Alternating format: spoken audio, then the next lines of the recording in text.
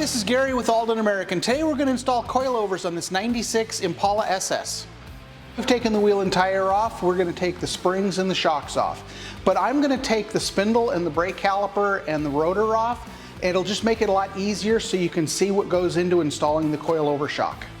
A couple of tools that I've picked up over the years to make taking the spindles off a lot easier. The pickle fork goes between the tie rod end or the ball joint and the spindle, and by hammering on it from one end, it wedges itself between the two to knock the taper loose.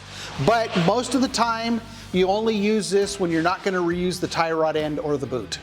Then there's this ball joint separator, and so what this does is it goes between the upper and the lower ball joint, and by screwing it, it expands and it'll pop the seats from the ball joints.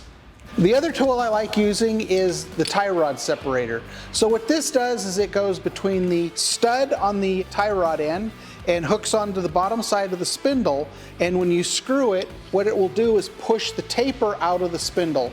And what's nice about both of these tools is you can do it without using any hammers, pickle forks that could potentially damage the boots on the ball joints or the tie rod ends.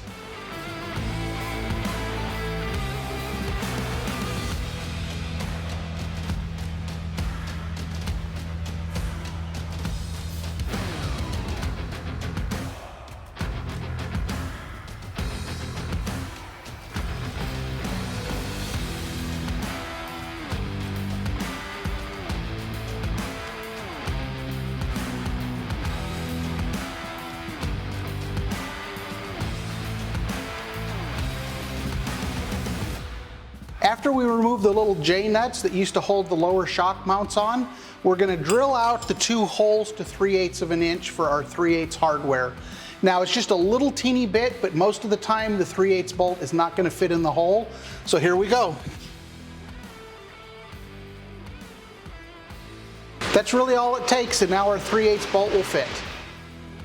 We're going to install our Aldan American coilover kit on the front of our 96 Impala. So on this style coilover kit, the T-bar sits on top of your lower control arm. This is the compression adjustment knob. There's 6 positions from soft to firm. It uses a stem style upper shock mount that goes to the stock frame position. The spring is going to sit on top of the spring seat. Now the spring seat is adjustable for ride height. It's going to give you an adjustment range from about stock ride height to about a 2-inch drop. And then on the spring itself, it has a smaller diameter that fits on the 2.5-inch seat, and then it has a large. This particular spring is a 700-pound spring that we're using on our 96 Impala SS. So in addition to our coilover kit, we also have a couple of options that we're using. We have the spanner wrench, which is ALD01. We also have the thrust bearings. This is an ALD26. So these roller bearings sit on top of the lower spring seat and go between the spring seat and the spring. And so by having the roller bearing, it makes it a lot easier to adjust the spring adjuster when you're setting ride height. The final option is our ALD39. This is our reinforcing plate. This plate goes between the lower control arm and the T-bar, and what this does is it increases the surface area to support your coilover kit. So we're going to take a little bit of copper-based anti-seize and we're going to put it on the top side of the spring seat so that as you adjust it, it'll pull the anti-seize into the spring seat. When we build the shocks, there is anti-seize already on the spring seat. Before we go to assemble everything, I like to take some wheel bearing grease and put it on our thrust bearing. The thrust bearing is a bearing steel, it's not plated, so if you don't put a little bit of grease on it, they will rust, and then it makes it more difficult to adjust. Also, the grease makes it easier to adjust on top of the roller bearings.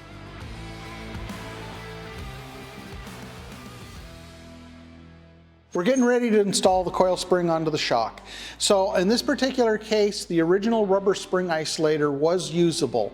A lot of times they're either cracked or missing or just in bad condition. I really haven't had a problem with springs squeaking without the isolator. So my feeling is if it's missing or it's not reusable, go ahead and put it together. If it is there and it is usable, go ahead and use it.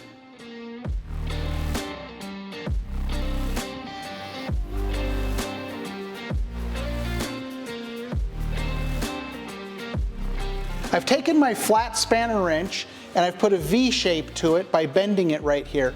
And what this does is it allows me to get to the spring seat to make my adjustment.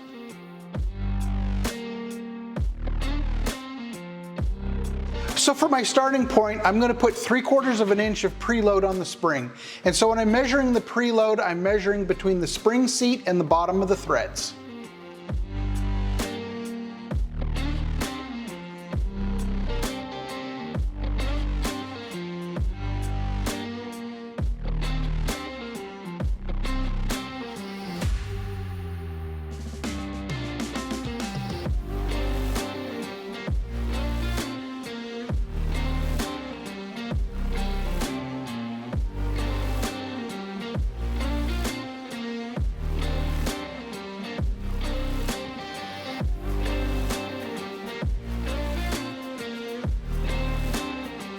So now we're going to move on to the rear of the car. This is our smooth body shock. It's not a coilover conversion. The rear of the car is going to use the stock style springs, whether it's a lowered spring or the original factory spring. It has a T-bar at the top and a side post adapter that goes through the lower bushing on the bottom. So this mimics the original style shocks. This is a rebound adjustable shock. There's 11 points of adjustment. So when you go full counterclockwise, that is the softest position. And as you rotate it clockwise, it increases the firmness. So what we're going to do is we're going to start off at go full counterclockwise. And we're going to go 1, 2, 3 clicks as our starting point. And then on the bottom, we're going to use a post adapter. So when you assemble the post adapter, you're going to unscrew the nut. There's a lock washer. There's a large area washer. That's going to go inside the shock. The washer goes down, the lock washer goes, and then your nut.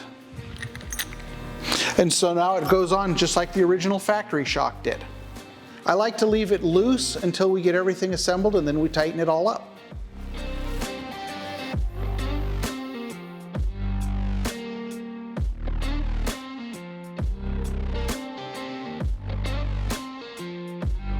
Now we've shown you how to install the front coilovers and the rear shocks on our Impala SS.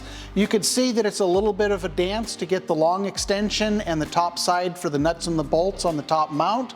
The bottom is pretty straightforward, and I torqued the lowers down to 75 foot-pounds on the 3/4 inch nut, which is the back side, and then on the front side, which has the 11/16 thread, I torqued that down to 60 foot-pounds.